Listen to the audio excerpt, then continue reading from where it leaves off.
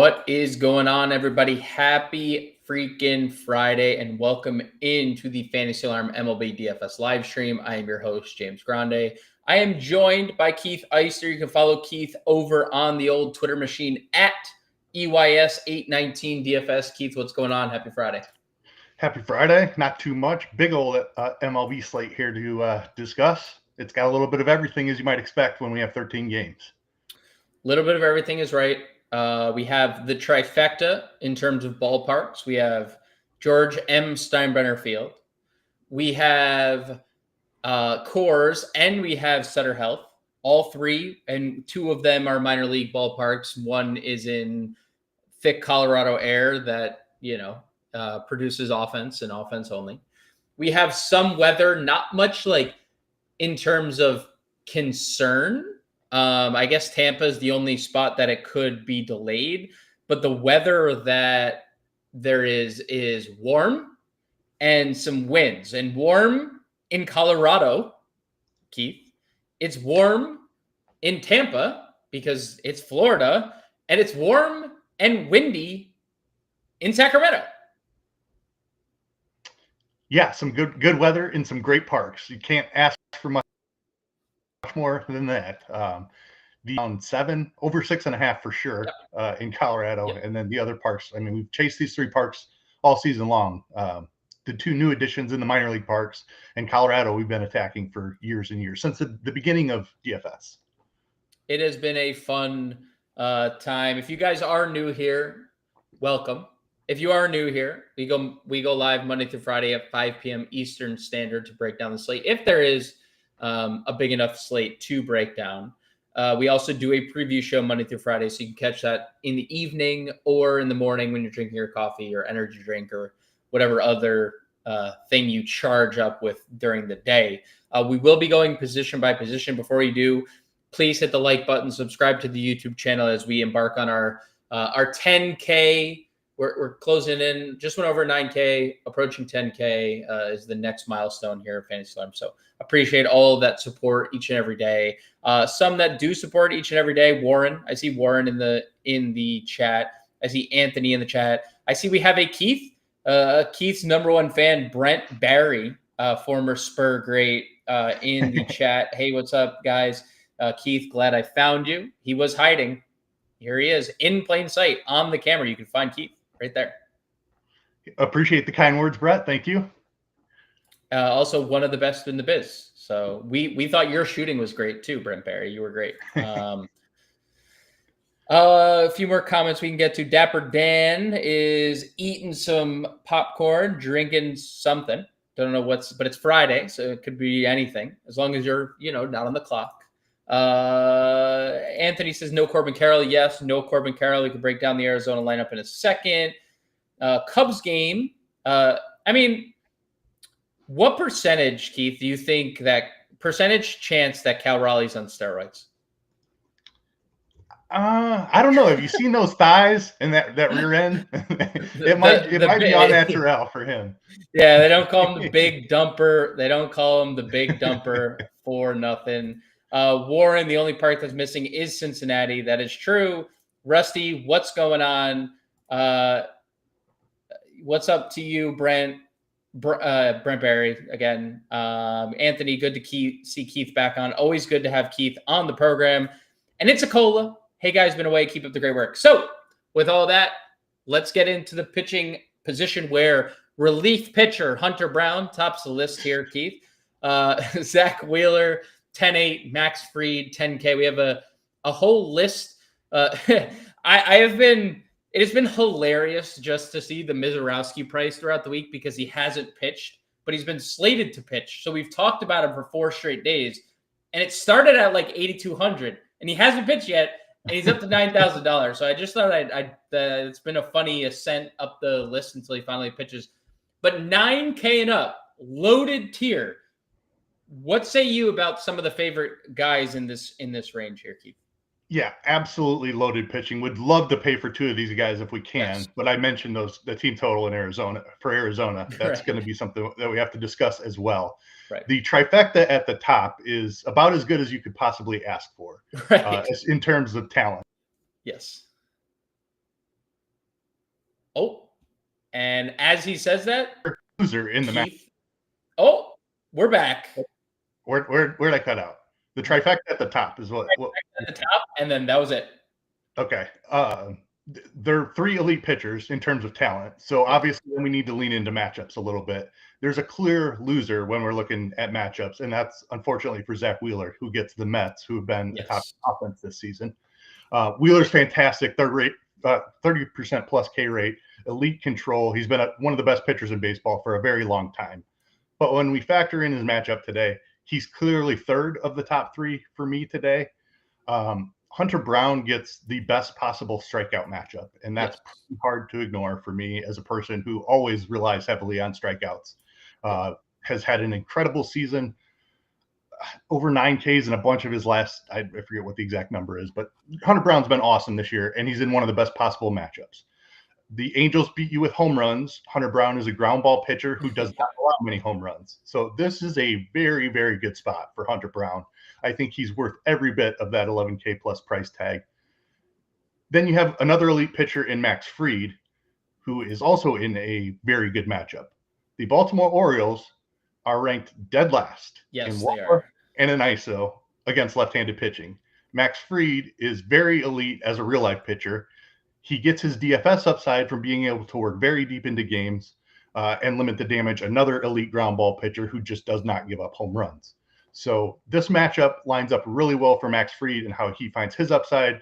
The matchup lines up really well for Hunter Brown and how he finds his upside. When you factor in the gap in price tag, I have Fried and Brown virtually even. Both are fantastic. I would love to fit them both in a lineup. I don't know if it's going to be possible today, so we probably have to look for some cheaper options, but there's not a bad thing to say about Fried and Brown. Yeah, and I think there's a pretty wide gap between them and, not just in real life, but like, sometimes we can look and be like, oh, Mackenzie Gore under 10K for what reason? Well, he has the Dodgers. Joe Ryan's a really good pitcher. Would Joe Ryan be the guy in the next range you'd look at? That would probably be my pick. Yep, mine as well. You could certainly talk about Pivetta as well, but he gets a low strikeout matchup against Kansas City. Yeah, awful strikeout spot. Yeah, and Pivetta can win in any matchup with his swing and miss stuff. So I wouldn't rule him out. I will play some Pivetta, but Joe Ryan is definitely my preference. The Brewers just don't have the power to beat him. He struggles with lefty power in particular. I mean, there's Yelich. That's about it. So I like this matchup a good amount for Joe Ryan. Yeah, we just got the lineup for the Brewers. Frelick, Chorio, Yelich, Contreras, Terang, Hoskins, Collins, Durbin, Ortiz. What are you scared about there? Yeah. It's not a lot. Sub $9,000 we go. We have one of the most inconsistent pitchers in baseball, Jack Flaherty on the mound. Which version will you get? If you guess correctly, you win a prize and a tournament because he can't pitch against the Reds, but he dominates the Cubs. Right? That makes total sense. You have Hayden Birdsong at $8,000. Those are the only two $8,000 pitchers. So I guess I'll just ask, are you interested in Flaherty and Birdsong? And if not, what else on this slate are you interested in? Not particularly, because to me, they feel the same as the guys that are priced below them. Flaherty is the most talented pitcher of the group for sure. But like you said, there's inconsistency there. Really struggles with lefties. The Rays are going to roll out a bunch of lefties against him. And the ballpark and the weather there that we've discussed as well. It's just not a spot that's lining up well for Jack Flaherty today. He's in my pool. I'll have him in one or two of my 20 lineups, but not a primary target of mine at all today. Birdsong, I'm just not sure that the upside is there. Again, I just feel like I can get the same exact pitcher for $1,000 less on this slate. So that's what I'm going to do. No. Okay. Were you being literal? Not literal, but I know who you're going to be. Okay. Yeah. Because this is definitely one of the guys I want to talk about. Okay. Because he's popular. And we're going to Tanner Bybee is getting a lot of ownership today. And I'm not saying it's good or bad because I think Tanner Bybee, after a slow start to the year, has looked a lot better. Looked like their ace that he was a year ago. The strikeouts are way down. I definitely don't like that. They have not looked great this year. And the ballpark, in my fantasy, in my waiver wire column for season long, I noted this, that's going to come out this weekend. The Sutter Health Park is now officially, per Baseball Savant, the number 1 rated park for park factor in terms of offense. And now he's going into Sutter Park, and everyone's just like, well, let's just play Tanner Bivey. Screw it. Because you don't often get good pitchers at that price range. Is that how you feel about Tanner Bivey, or like what's your take here? Yeah, it's really the price. The context is terrible for him today. The park, the power bats of the Athletics, who are another top 10 offense this season, but he's not up at 9,000, 10,000 where we were talking about the other matchups. At 7,000, I don't need him to be perfect in this spot. The dip in K rate is really concerning, under 20% on the season. But he's not priced as a guy that needs to go out there and strike out 7 or 8. If he goes 6 innings and gets me 5 Ks, I'm okay with that at 7K, as long as he can limit it to 3 runs or less. I don't love the ownership. I don't love the context for him today, but I do love the price tag. He's an above average real life pitcher. He deserves to be priced more than 7,000. There's plenty of risk here. I wish there was an ownership, and I wish there were better pivots that we could make off of him. There are a couple guys we'll discuss. 2 of them have terrible context as well. And then there's another guy that has also a huge lack of strikeout problem since his return from injury. So I get why the ownership is congregating on Bibee. If I was just talking without looking at ownership, he's my favorite pitcher under 8,000 on the slate. But the ownership as a tournament player, it makes me want to get away from him. Like I said, I would love to be able to spend up for pitchers, but there's plenty of offense to spend for on the slate too. I'm looking for something in this range. I'll have some Bibee. Max Fried, Nick Pivetta, Hayden Birdsong, Tanner Bibee. That's your top 4 ownership. One of them has a terrible matchup in a ballpark. One of them doesn't strike people out or goes against an offense that doesn't strike out. We did have the comment from Brent Barry here about the Birdsong strikeout prop, and I do think it's a little bit interesting. I just to circle back a little bit, Boston does have a 25% strikeout rate against righties this year, and they don't have that one dude that they decided to trade, which was, I don't know if you heard.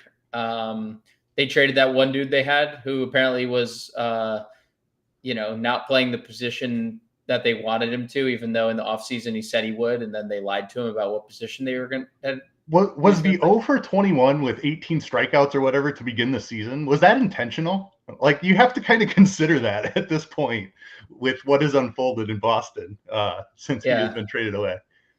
Yeah, I don't know what you're talking about. I don't even what you wouldn't even know.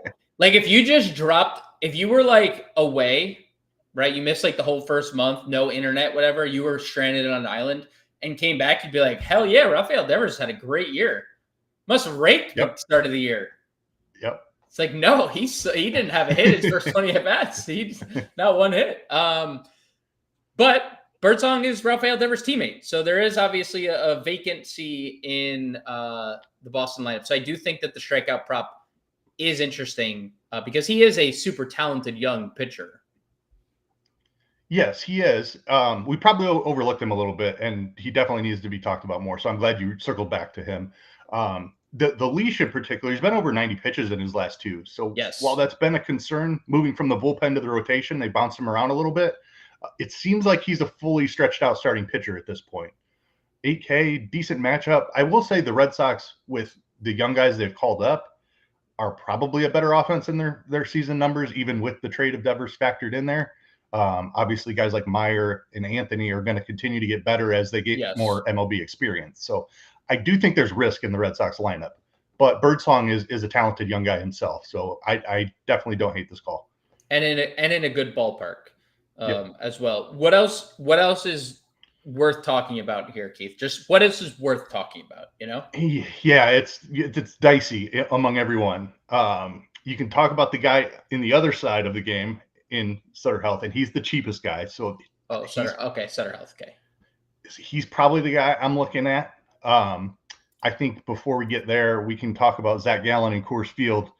This is Oh not the no. same. This is not the same Zach Gallen that we know and love No, from it's years not. past. No, He has no, a it's big not. control problem this season, and he has a big lefty problem this season. And now he faces the Rockies, who are pretty terrible in their own right. They've been a little bit better recently. Ryan McMahon certainly scares me as somebody he's going to have to work around. Toglia is pretty good, and Moniak has been solid this season. There's a couple of lefties in there, but I mean, those aren't names that we're terrified of. I don't love it. I don't love anything about it, just because of how bad Gallen has been. It's a name, but he has horrible contacts, and he's been awful this season. So I'm sprinkling him just because Bybee is so highly owned that I don't want to try to get over the field on Bybee. I'm looking for pivots. Gallen is in the pool as another one of those sprinkle type guys in tournaments. The other guy to talk about is Kershaw, another name guy who's not what he once was. He's not going to go deep into the game, and he's not going to strike out a ton of people. Outside of that, he's been fantastic. He's been pretty good lately. It's a matchup against Washington, who doesn't strike out a ton, a little more than they have in the past, but still not. They're still below average in strikeouts. And Kershaw's strikeout rate is now down around 20% compared to what his 30% for his career. He's not that guy anymore. And the pitch count is maybe the biggest concern. He's probably going to be around 80 pitches, probably not going to go more than 5 innings unless he's uber efficient. So the upside is limited here, but it's $7,200 for a very good pitcher who doesn't have the same ballpark concerns that the other two guys that we're talking about do. Yeah, and lefty heavy. All of Washington's best bats are from the left side. I mean, it doesn't matter. James Wood is going to hit anything and thrown in a bad spot, lefty or righty, but the rest of their lineup is lefty, lefty, left. Like, it's just so many lefties that don't hit lefties. So I don't mind the Kershaw shout at all. I really don't like Gallen. That's fair. I mean, it's Coors Field, and he's been bad. Over the last 4 weeks, which I understand it's a sample, but you had sprinkled in the nugget that the Rockies have been better lately. That was, I think, verbatim. Over that last 4 weeks against right-handed pitching, you know how many teams have a better ISO than the Colorado Rockies against righties? The way you phrase that, I'm going to guess 0. One. One. The Mets.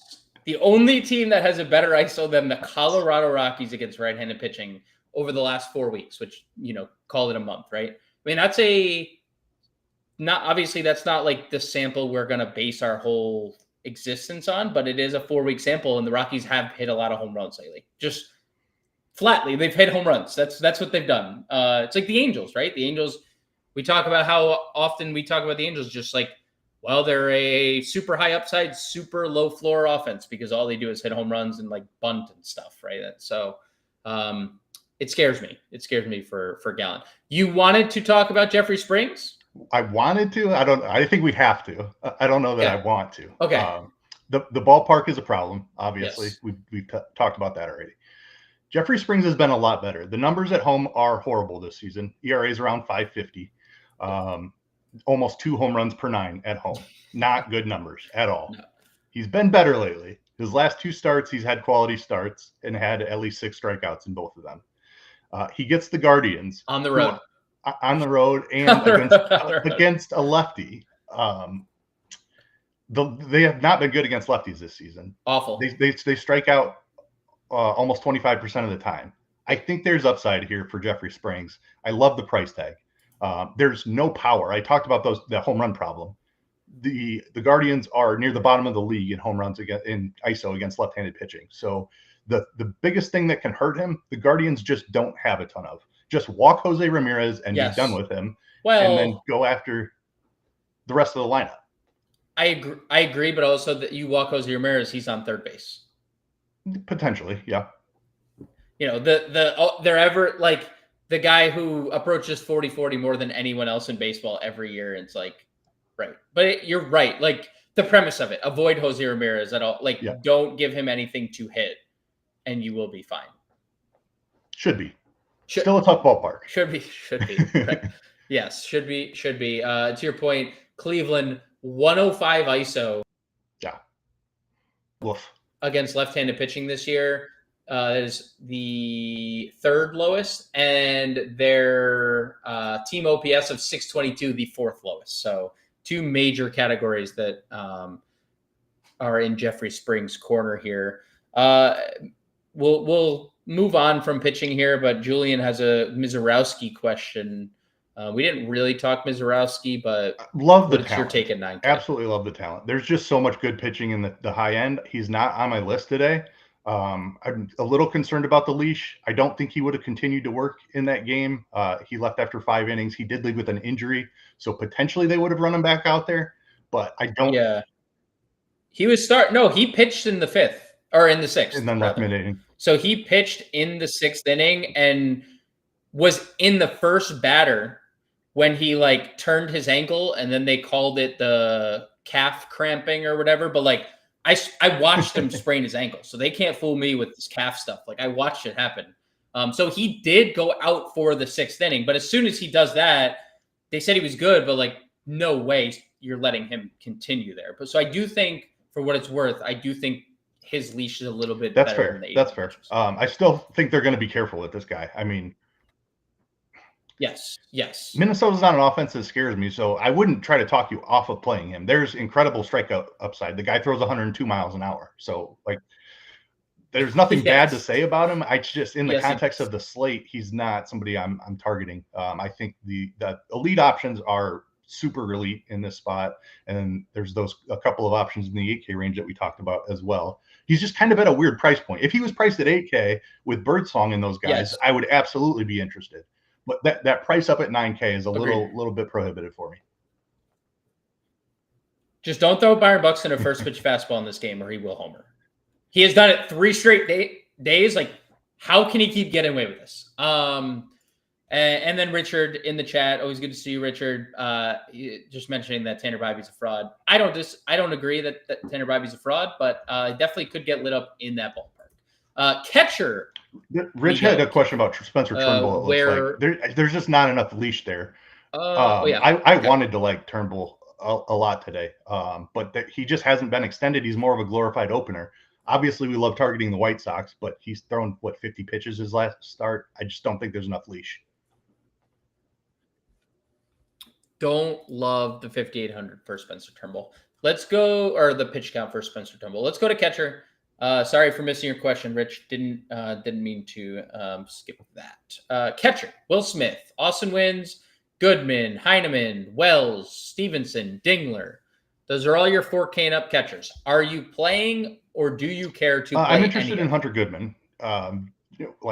Gallen's been bad. He's been worse against lefties, but Goodman's been really good this season. ISO's well above 200. There's pop there. He hits in the middle of the order. I'm good with the $4,500 price tag, even against Gallen. He's really good. He is. He's been like one of the lone bright spots for the Colorado Rockies this year.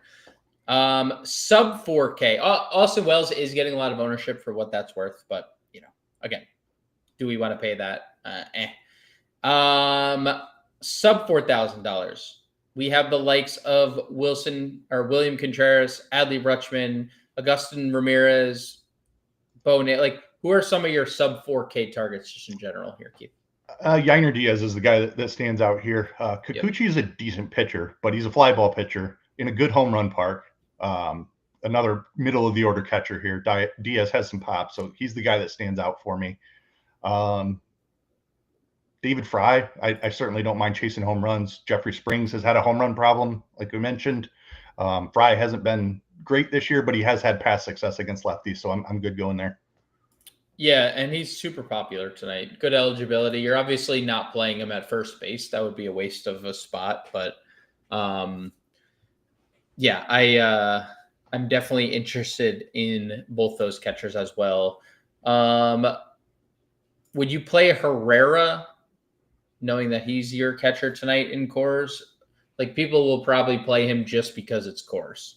And I'm in that boat. Like, I don't love the price. I don't think he's great, but he's in Coors Field today. It's 90 degrees, and the Rockies pitching staff sucks. You don't like Austin Gomber's 50% strikeout rate?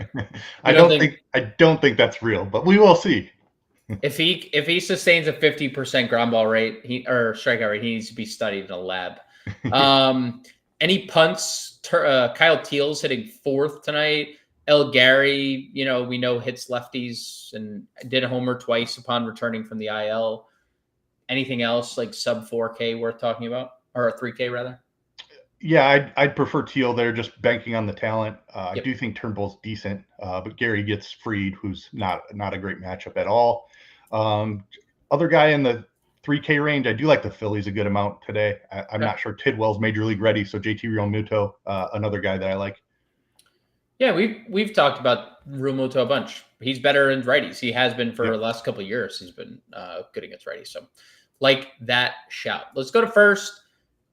No shortage of talent here. Ohtani, probably not the spot, but you can if you want. You can always play Ohtani.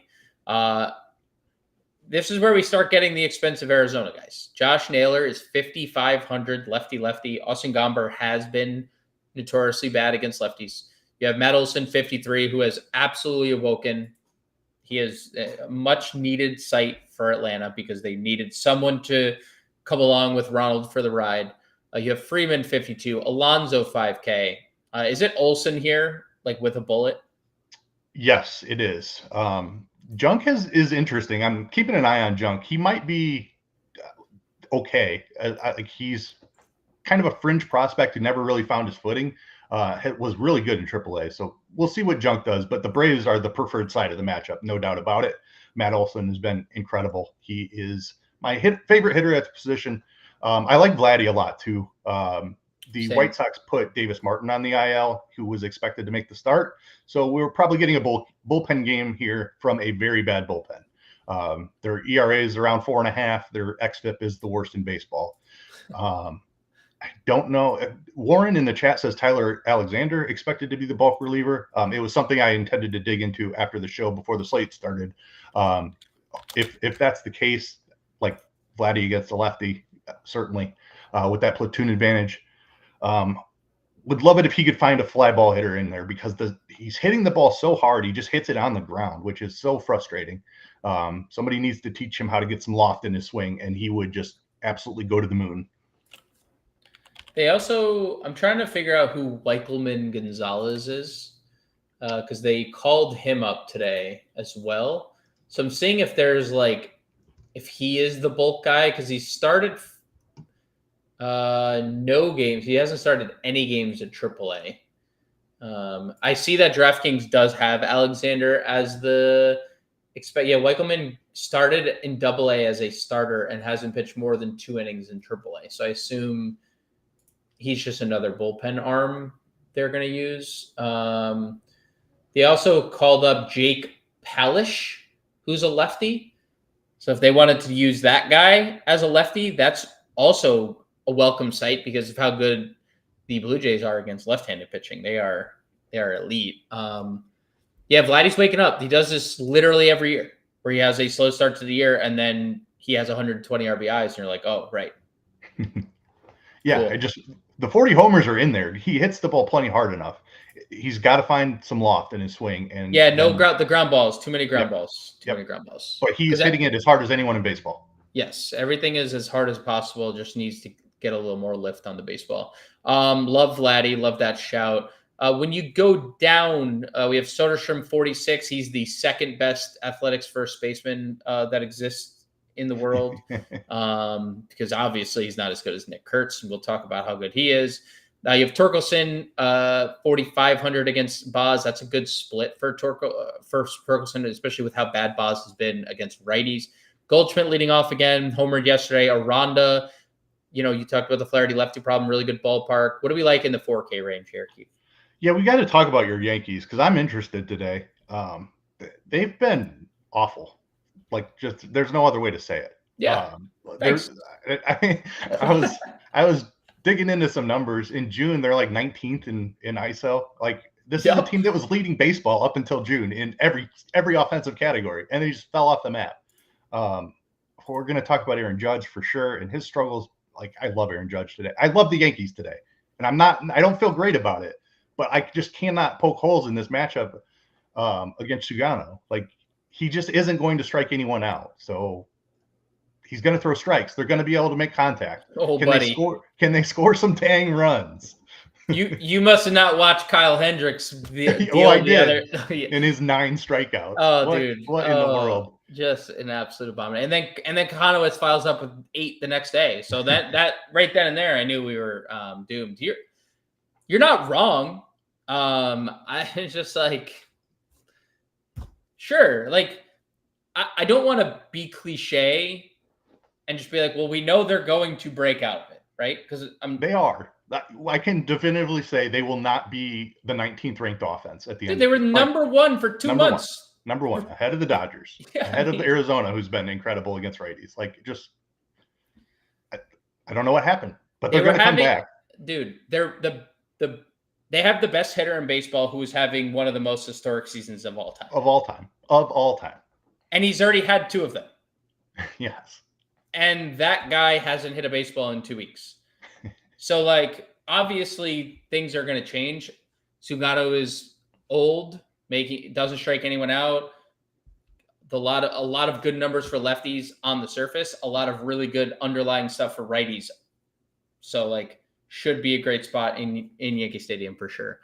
Let's dip below $4,000. Talk to me about who some of your favorite targets are and why is Nick Kurtz number 1? I'm just kidding. But like we just knew the power was coming with this guy. We just knew the power was coming. He is a freak of nature when it comes to power. Big dude, top draft pick. What was he? 3rd overall or something like that? Last year, already in the majors. Like, he's going to hit. We know that about him. Was he 7th? 7th last year? Was he 7th? 7th? He top 10 for sure. He was up at the top of the draft. And he doesn't play a premium position. So you know a guy has to be able to hit when they're like a first base corner outfield type. Like, yes, their bat is legit to be selected that high in the draft. And then to get here as quick as he did as well. So nothing bad to say about him. Bibby's had his struggles for sure. Has been with better lefties specifically. Lefties in particular. Yep. 222 ISO to lefties this year. So that is Nick Kurtz did it against Josh Hader last night, by the way. Like, sky's the limit now. Like, you're just off to the races. What else under 4K are you liking? We'll talk about Bohm at first. I do like Christian Walker a good amount against that home run favorable matchup against Kikuchi. Let's see. Talked about Fry at catcher. You certainly want to play him there. Toro's been incredible for Boston. I don't know. I haven't bought into it, but he's still cheap. Toglia? Yeah, I do like Toglia. We talked about lefties against Gallen. Hitting in the middle of the lineup in Coors. Yes, I'm on board with that for sure. Yeah, I think Toglia 32 looks good. Colt Keith leading off, first base only. Thoughts? Okay. Not my favorite option in the range. I definitely prefer Toglia. I think Spencer Steer right below him is a really good option as well. Piante, another guy that's not going to rack up strikeouts. Some good pop there for Steer. Reverse splits too for Piante. He's been like that since he got called up. That's been like 3-year running. I think Piante's been doing that. So yeah. Anything punty, or we just go to second? There's a guy named Andres Chaparro facing Kershaw today. Oh yeah, the Nationals. Yeah, he might hit cleanup. So I mean, I don't know much about the guy. He's facing Kershaw. That's not great, but he's hitting 4th for almost free. If you wanted to punt it, I don't hate it. That kind of gives you more confidence in using Clayton Kershaw, does it not? Yeah, it really does. That kind of sparks the part of the program. Back to that, like, Washington has a lefty heavy lineup that they should probably address, and but it's not their fault they're losing, or it's not the coach's fault they're losing. Second base, Ketel Marte is $6,200. He has historically been a absolute monster against left-handed pitching. This year, he's decided his assault is going to be against right-handed pitching, because I guess when you're really good, you can just decide what split you want to be better at. But like, he's super good here, right? Like, it's Austin Gopher. Yeah, one of the top options on the entire slate. Second base is actually not terrible today, but actually it was third that I was noticing was exceptionally strong. So scratch that. It's third that's better than usual. But yeah, Marte is one of the top options on the slate. A switch hitter and platoon splits that are the reverse of his entire career is interesting. It is. Like, there's just so many mechanics that go into a swing, and when you have to worry about two of them, like, I can understand why he might be bouncing back and forth between his platoon splits. But like you said, in his career, he's absolutely destroyed left-handed pitching. Has struggled this season. I'm going to lean into him being able to figure it out.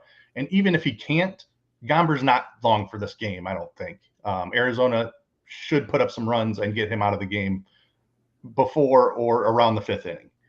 So then he gets at bats off the bullpen. The price tag is prohibitive, as it should be.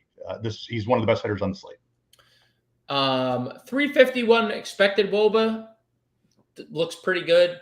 200 BABIP. I mean, just awful batted ball luck for Ketel Marte against lefties. We could definitely play Altuve 47. Obviously you could play Jazz. I was just going to talk about him at third. That's primary position, but you can play him here at second. Jazz has been one of the only Yankees that has been really able to do anything. Altuve has looked great. Brandon Lau might hit 40 home runs this year because of that ballpark. He also has a 39 home run season on his ledger. Those are probably the guys above 4K that you'd look at, right? Yep, I like Astros. That includes Altuve. I like the Lau shout quite a bit. Flaherty has that lefty problem. Big time pop for a guy at a position that doesn't have a ton of it. Yep. 4K and under. Is there anything that stands out? I just saw Warren talk about Tommy Edman. I am typically with you because Tommy Edman is another one of those like super talented right-handed. And you look through his whole career, it's 800 plus OPS every single year against lefties. This lefty's pretty good. Pretty good. Yeah, he certainly is. Big strikeout rate. So what if not there, where else would you go? Yeah, there's some other options. Albies is really cheap. We prefer him against lefties too. But I do like the Braves. I don't mind Albies in a Brave stack. Gavin Lux is up near the top of the order against a low strikeout pitcher. You want to know who's the second highest rostered? I think I know who it is, and it doesn't feel great. Ildemaro Vargas. It is. He's number 2. And that, that's always positional stuff attached. He could be played at third and second, but and Coors Field.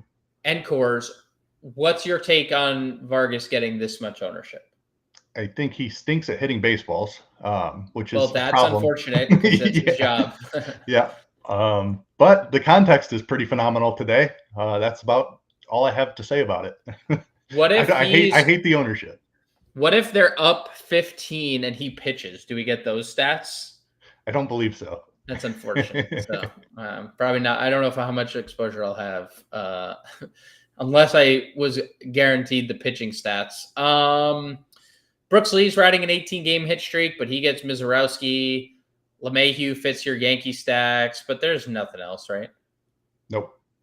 Let's go to third. The position you said is strong to quite strong, and I agree. Jose Ramirez exists in the world. We've talked about him. Most underrated player in the league, running on his whole career. Eugenio Suarez, 5,300, has power that only you and I wish we had. Anything we do in life. Jazz 51, Machado 5K. That's your 5K range. Is it Suarez clearly ahead of Ramirez, or do you think Ramirez? Because obviously Suarez is just better suited in a stack, but like Jose Ramirez is Jose. Like, how do you break down this top tier of third? Yeah, I wouldn't say it's way ahead because the matchup for Ramirez is really incredible. good. And he's in a great hitting environment as well. I cited some of Spring's stats, the 5.50 ERA, the 2 home runs per 9, in a great home run park today against a very, very good left. He'll hit from the right side, obviously, against Springs. power, speed. What's not to like about Jose Ramirez in this spot? No, I don't have anything. Don't look at me. I'm not talking anyone off Jose Ramirez ever. And that's coming from a guy who's playing a ton of springs today. It's terrifying. It's terrifying. Because it's summer today, Keith. Got him. Seasonal jokes. Love them. Seasonal jokes. Nothing like a good summer solstice, to get you going here. Eugenio, we don't need to spend much time. He's going to be the most played third baseman in terms of rostership. He has the most power in Coors Field. He is good. Play him if you would like. So the field is doing the same. Under 5K, and Jazz looks great, as we talked about as well. He's also getting a bunch of ownership today. And you know what? Hat tip to Machado. Mike Lorenzen. Machado can hit. Yep. Yeah, that Machado, he's pretty good. And also gets a pitcher who can't pitch to righties. So I don't know if you guys knew, Manny Machado bats from the right side. Sub 5K, what do we like here? If Code Degen Stoner was here, which he may be lurking, he would just tell us to play Addison Barger. I'm going to tell you the same, because if you want to know who leads the Blue Jays in ISO, it's not Vladimir Guerrero. It's Addison Barger. Yeah, hell yeah. We kind of highlighted this when he first came up. He was smoking the baseball. StatCast stuff looked incredible, and the power is starting to show up now. I think this guy's kind of legit, and he's starting to put the results together now. And consistently hitting second. They did that little lineup switch with doing Bichette, Barger, Vladdy now, and you break up the righties now. I love that. They should have been doing that a month earlier, but they didn't have the lefty until they realized, oh, wait, we do have the lefty. I agree. I think Barger's the play. Paredes reverse splits has still been like decent in the power department of lefties. So like Fitz and Astros stack pretty well if you play them. Yep, I like that shout out a good amount. Astros are one of my favorite stacks. The Braves are on that list as well, so Austin Riley certainly needs to be mentioned. Yep. There's a guy right below 4K that I love a ton too. Mr. McMahon would be the option. Dude, I have said this for like a couple weeks now, and I'm just so happy that he's actually hitting outside of Coors, because his last 3 home runs have come outside of Coors. But dude, he has raked right-handed pitching, and boy, oh boy, does he love some home cooking here, Keith.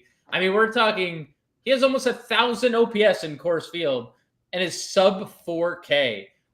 It's always hilarious to me, and this year has been where the how do I phrase this? People have gotten away with it the most. Like, a team comes into Coors and they have 7 implied runs, and the Rockies have a normal like 4.9, 5.1, never any ownership. This year, you've gotten away with it all the time because they've stunk. But their offense has actually been good lately, to a point where their production and ownership don't match. And I think why you're saying like you like Ryan McMahon so much is because they're a low-owned, really good offense right now in the moment against a pitcher that's kind of stunk, right? Yeah, especially against lefties. And Ryan McMahon's been really good against righties. Everything lines up for Ryan McMahon. He's $1,000 too cheap in this spot. He should be up around 5K. He should be priced with Diamondbacks on this slate, and he is not. Warren, say it. Say it. Say it. I already knew where you were going. Say it. I don't know, Keith. I don't know if when you he says knew.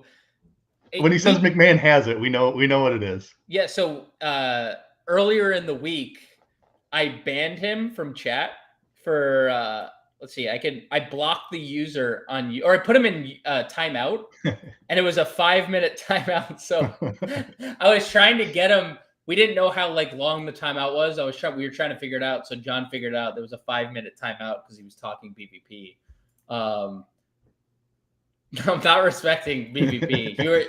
You could get away with it with when John's here, but you cannot get it away with when me and Keith are here. We can talk about BVP all you want when everything else lines up the way it does for Ryan McMahon today. Yes. It just so happens Ryan McMahon is in a good spot at low ownership and just happens to have the BVP, right? It just, of course. Yeah. Of course. I'm not playing him. Now I'm out. Thank you, Warren. Thanks for ruining my night. Under Ryan McMahon, Ivy? Lil Javi? I mean, Yeah? he's been really Have you come around on it? No, I haven't. But he's in a really good stretch again. Yeah. He's having his second Marcus Semien stretch, and because that's what Marcus Semien does every year, where he has like really good stretches to make you believe that he had a good year. Shea Baz has a righty problem, so just throw that out there. If they do go lefty, we'd want some earn dog, right? Yes. Yep. Like if they do go lefty as a long, like he has a 1200 OPS this year against lefties. Ernie Clement. And has done it throughout his career. It's not like this is a new thing. He's hit lefties Right. well in his career. No, I know, but hitting well and having not 1200. 1200 OPS is like you're going to the Hall of Fame, brother. Elite if you could do for that, sure. if you could do that like against anybody. Anything else worth talking about? Alec Boehm is a shout I want to mention for sure. I like the Phillies a good amount against an inexperienced rookie. Yeah, and Boehm's been really, really good. And it's had a good year against righties too. Yep. I like that one a lot. Let's go to short, where it's always a noteworthy position. Ellie De La Cruz, Craig Turner, Francisco Lindor, Bobby Witt Jr., Zach Neto, CJ Abrams, Geraldo Perdomo, Jacob Wilson, 5K. Lots of really good names. You also have Mookie Betts, sub 5K. Jeremy Pena, 4,600. Bo Bichette, homer in these days. Sure, dude. Try to pick your favorite. Good luck. Yeah, it's tough. At least Lindor has a tough matchup. Yes, I don't love the matchup for Bobby Witt. So those are two elite guys we love to play. I'm a little bit less inclined today just because of the matchup. They can win it too. Yeah. Yep. So that puts Ellie and Trey Turner well ahead of the rest of the tier for me, even though they're the most expensive. Those guys are elite, obviously. Yep. And there are some great options under 5K, as you mentioned as well. Jeremy Pena against Kikuchi. I've talked about Astros at every position, it seems like. Yep. Bo Bichette has found his power stroke a little bit again after an awful year last season. I love the Blue Jays today against a bad bullpen, so give me some Bo Bichette.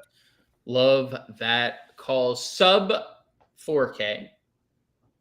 Who is the play, if any? Yeah, a lot of upside at the position, so don't love punting it. Right. Trying to even find Ritter is in Coors. You could certainly play him. I'm playing a lot of Rockies. He's buried in the lineup, but I don't hate it. Why does Otto Lopez always get ownership? I feel like Otto Lopez because he hits at the top of the lineup. Yeah, he's cheap and he hits high in the lineup. The Fuentes kid is interesting. He's 20 years old, making his debut today. That is really young to be pitching in the major leagues. Yeah, that's what happens when half your starting rotation gets hurt, though. Sure. I mean, they got to find something. They're desperate to make the playoffs, and they're not trading Chris Sale apparently. So not trading Chris Sale, who's the best pitcher on the planet again. Go figure. Yeah.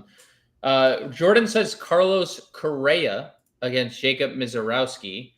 I probably would say I am on the other side of this one, but what do you say?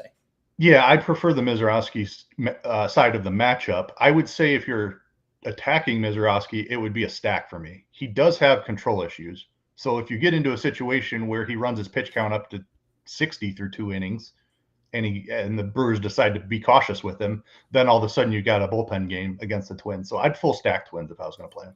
Okay. I agree. Saw Anthony with a couple comments. He said, who do you like amongst these three? Anthony, we did break this down. Wheeler last. And I think Keith basically punted on who he'd actually pick number one, but they're 1A, 1B type scenario. Yes. If you force me to choose, I'm always going to side with strikeouts. So give me Hunter Brown, 1A. Agreed. Yeah, and that's agreed. I would say that's more DraftKings more related to DraftKings question. Yeah, FanDuel bakes in the quality start, which gives you a little bit more ceiling for working deep into the game. So I agree with that take. Let's finish it off on the outfield. You wanted to talk Aaron Judge. Now is your time to do so. I mean, he's the best hitter on the planet who's in a cold streak. When is he going to come out of the cold streak? I have no idea. Could he hit 3 home runs today? Absolutely, he could. He really could. He really could. So he's whatever he is in his last 2 weeks. It's not good. It's been ugly. He's striking out a ton. I don't care. I don't think he's going to strike out today. Sugano and his 14% strikeout rate. Again, this is a pit. The reason I love Yankees, and we're going to talk about Giancarlo Stanton's price in a second too. They get a pitcher who's going to throw the ball over the plate and will not miss bats. There's going to be hard contact from these Yankees bats today. I just hate that you said there's not going to be strikeout. It's really just I'm having PTSD to like 5 days ago, 4 days ago, whenever we faced Kyle Hendricks, because that's the exact same pitcher. Yeah. They both are sinker. You're not wrong. They are sinker heavy pitchers. Yeah, sinker changeup pitchers from the right side. They're both upper 30s who are on the backside of their careers. It's the exact pitcher. Like, I literally am having PTSD in the moment from Kyle Hendricks, and he just pitched against the Yankees 4 days ago. But I agree. I hope the rest of the field feels the same way. They do. The Yankees, I mean, from what I see, if a Diamondback isn't getting ownership, it's basically a Yankee, right? At the top of the list. Like, it's basically, the splitter. Yes, Sugano throws a splitter. But I'm just saying, like, heavy downward action pitchers in Kyle Hendricks and Sugano, same type pitcher. If you weren't playing Judge, or you are playing Judge and you're multi-entering, who else are some of the targets up here? I mean, I'm not going to ask you to tell me why playing Shohei is a good idea, but like, if you were to narrow down your pool a little bit, who are some of your options? Yeah, Shohei faces a guy that has almost a 40% strikeout rate against lefties. Just throwing that out there. So and he strikes out a lot. Shohei strikes out a lot. Yep. So while I love Shohei and play him in any matchup, by all means, I'm not telling you not to play him. But really nobody else is playing him, and it's 40% strikeouts is a lot. The guy I love in the top tier is Kyle Schwarber, another guy with just massive power, facing a rookie who got destroyed in his lone big league start a month ago. Schwarber's right up there with Judge and Ketel Marte for top hitter on the slate. Some kind of unfortunate news here. Ron Washington will not manage the Angels indefinitely due to a health concern. Ooh. He's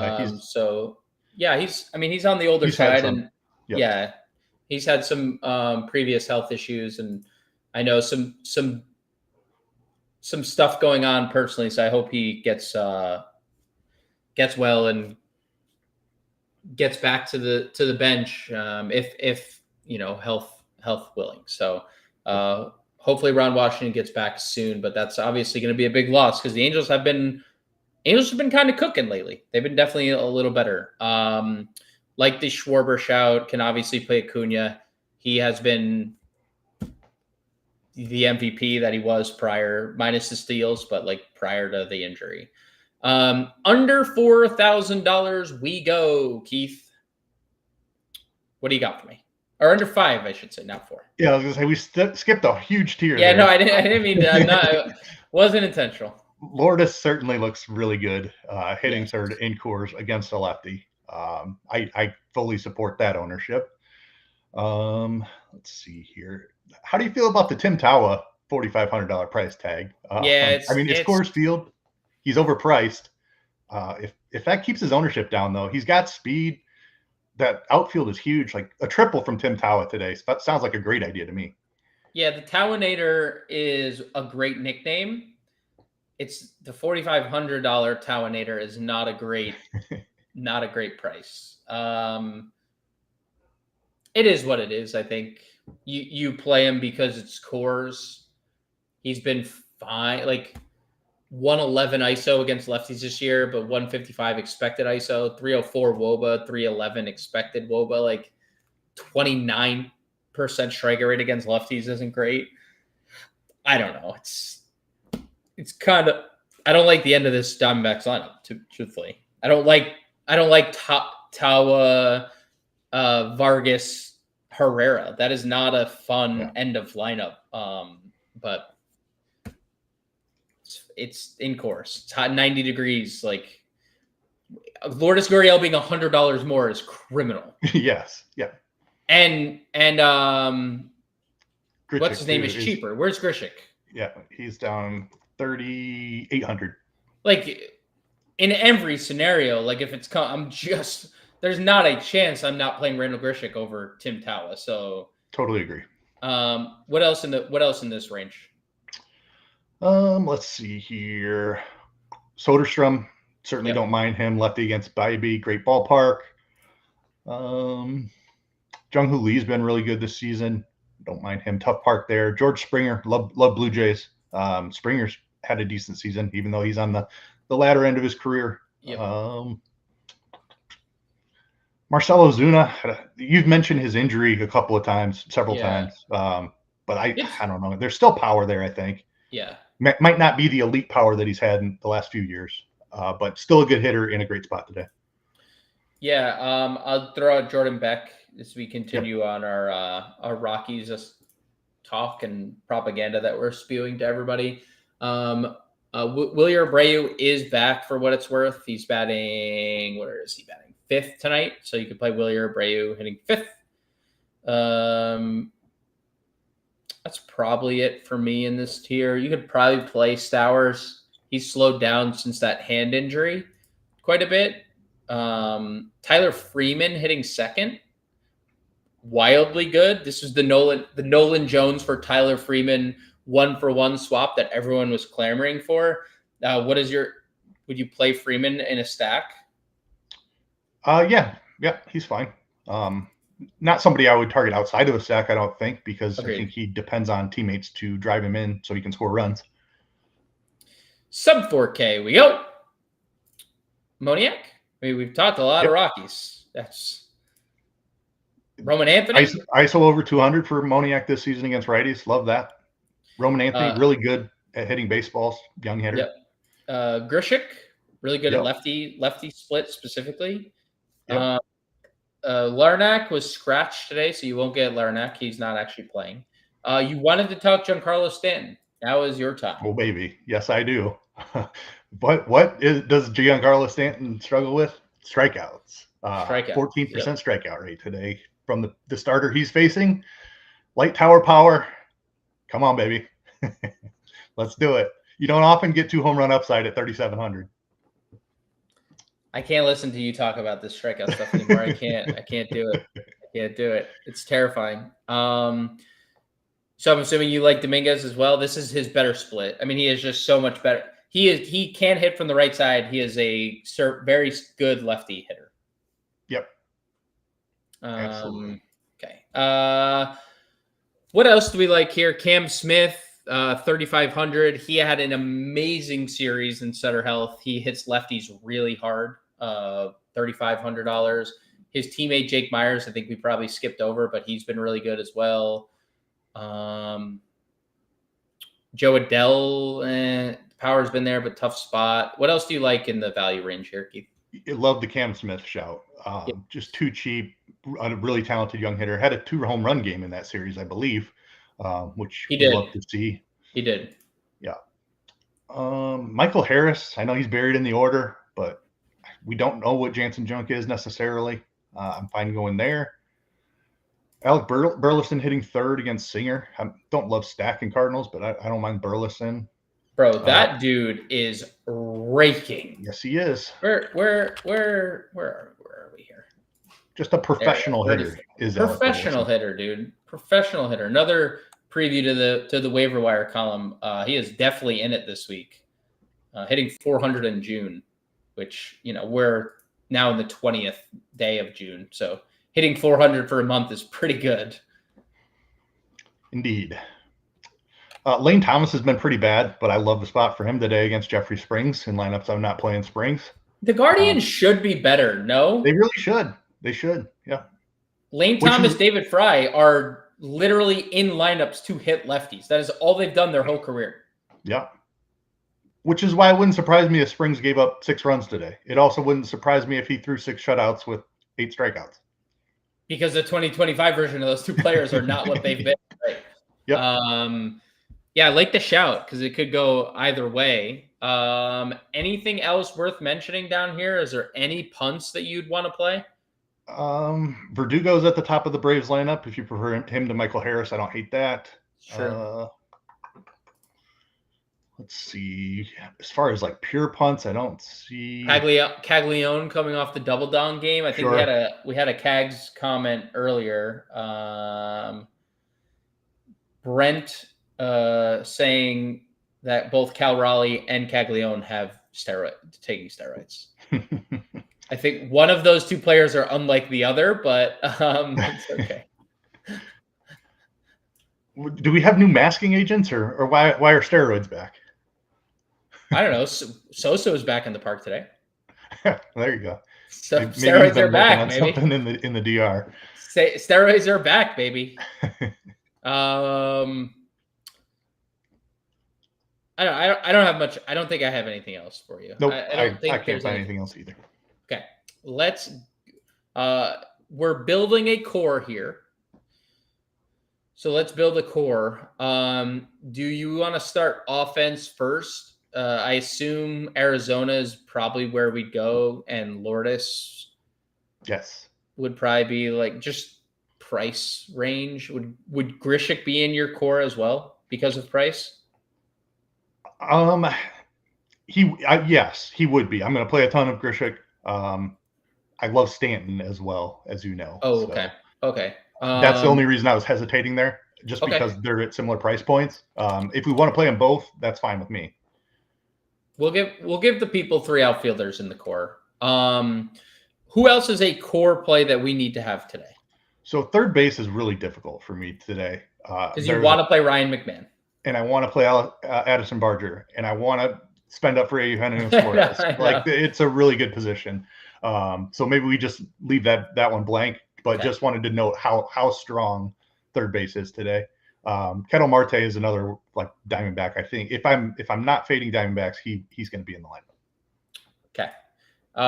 Who is the one pitcher that you have to play? There's 2 answers to this today. It's Hunter Brown or it's Max Fried. And I said earlier that I prefer strikeouts when making decisions. So give me Hunter Brown. Okay.